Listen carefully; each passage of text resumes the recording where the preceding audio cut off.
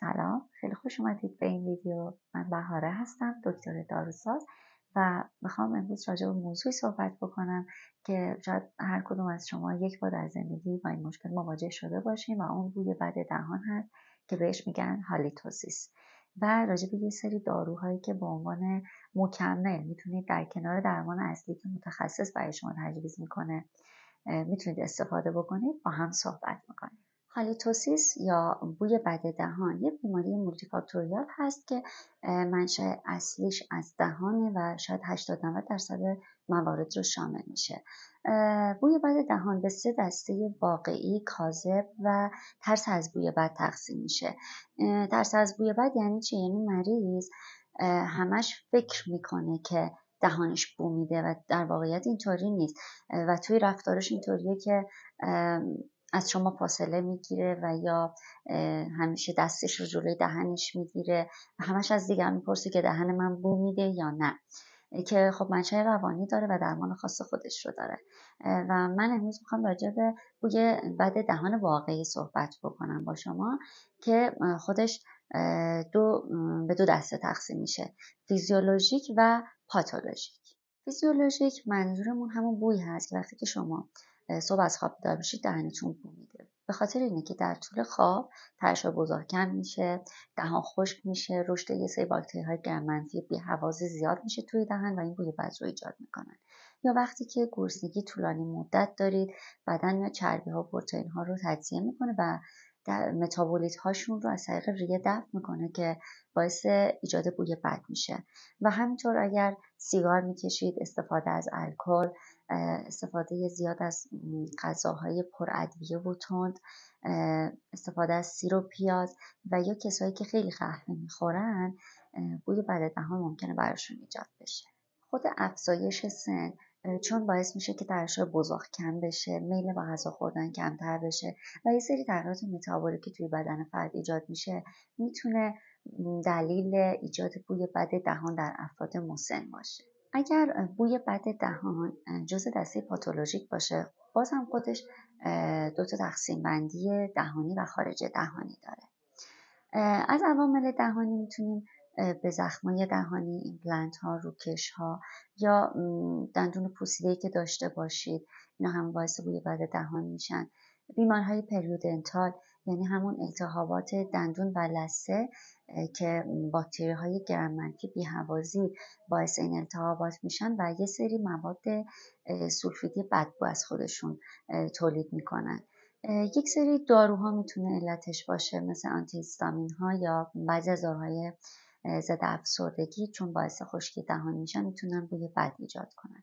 و یه سری بیماری ها مثل سندروم شوگرن که از عوارضش خشکی هست و خشکی دهان خیلی توی این بیماری مهمه. و همینطور دیابت هم به واسطه اینی که خشکی دهان ایجاد میکنه میتونه برای مریض بوی بد دهان ایجاد کنه. و همین که توی افراد دیابتی کتو اسیدوز در اینا به وجود میاد که باعث میشه مواد کتونی که از ریه در واقع دفع میشن یه بوی استونی توی تنفس این افراد ایجاد شه که خیلی نامطبوعه. اگه دلیل بوی بد دهان مشخص بشه که از حفره دهان نیست و مشکلی توی دهان، لثه و دندونا نداریم، دیگه جزء دسته خارج دهانی میشه که یا مشکل فرد تنفسی هست و یا اختلالات گوارشی. مشکلات تنفسی مثل رینیت، مثل سینوزیت، برونشیت و یا وجود جسم خارجی توی بینی حتی میتونه باعث بوی بد بشه.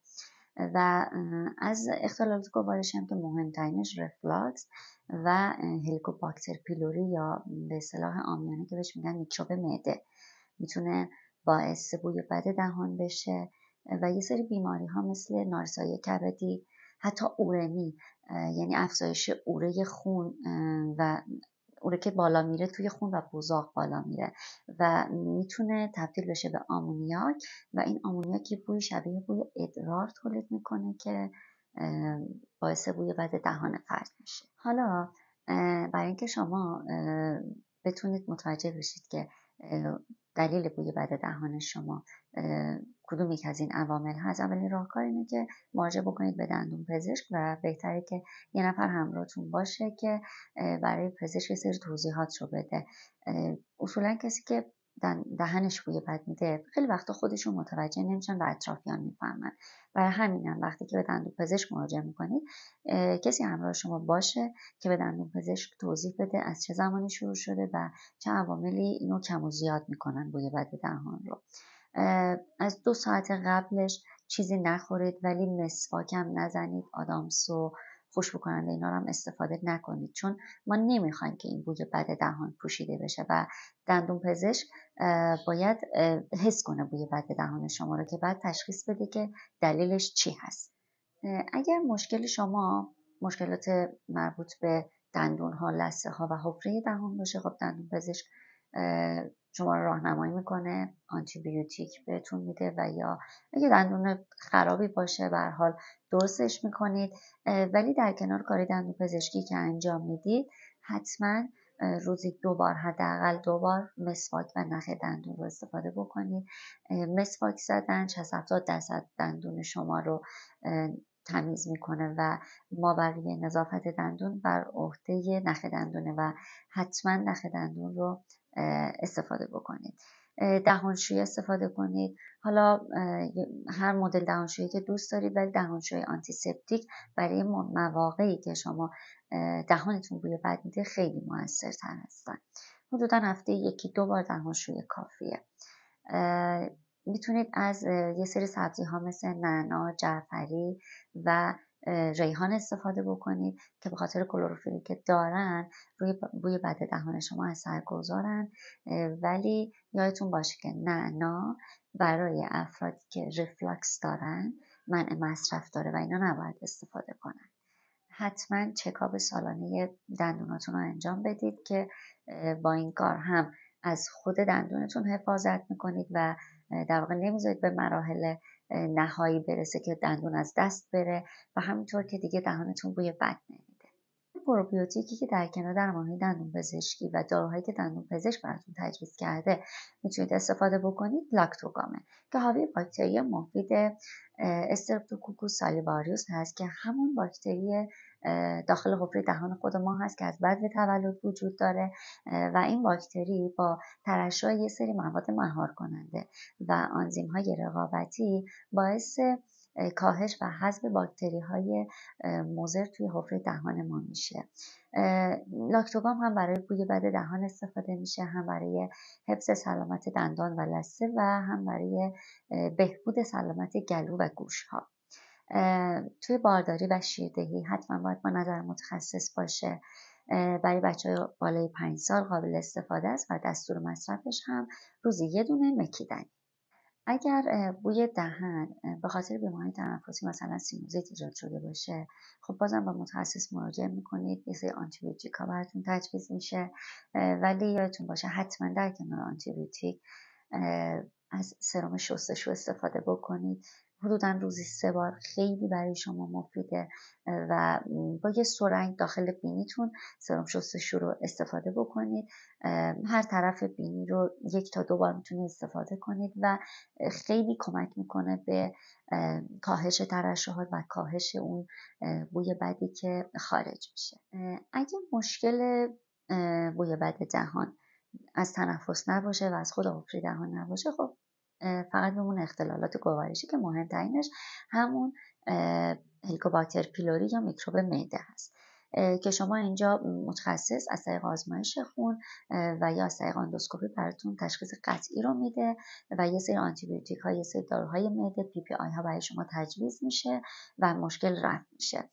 که در کنار این داروها میتونید یه مکمل پروبیوتیک به اسم پایلوشات مصرف بکنید که پایلوشات خودش حاوی لاکتوباسیلوس روتری و اسیدوفیلوس هست و همراه کلسیم، منیزیم، زینک که دستور مصرفش روزی 2 تا، یکی صبح یکی شب میتونید استفاده بکنید به مدت 14 روز یا طبق نظر پزشک.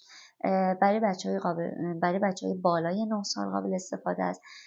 توی بارداری و شیردهی خیلی اطلاعات کاملی در دسترس نیست و خیلی توصیه نمیشه.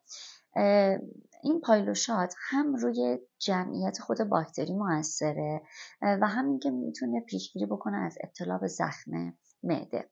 حالا چطوری با چه مکانیزمی روی جمعیت باکتری اثر میذاره؟ اینطوریه که وقتی که دارو رو میخورید این دارو میاد به گیرنده های رسپتورهای هلیکوباکتر توی معده وصل میشه و در نتیجه هلیکوباکتر همینطوری توی معده میمونه و به همین ترتیب از طریق با حرکات دستگاه گوارش از بدن دفع میشه و از این طریق میتونه روی جمعیت هلیکوباکتر مؤثر باشه. مرسی که تا انتهای ویدیو همراه من بودید. اگر سوالی دارید حتما توی کامنت ها بنویسید، من سر فرصت همه رو جواب میدم و ممنون میشم کانالم رو سابسکرایب کنید و اون زنگوله رو هم بزنید که ویدیوهای جدید منو از دست ندید. فعلا.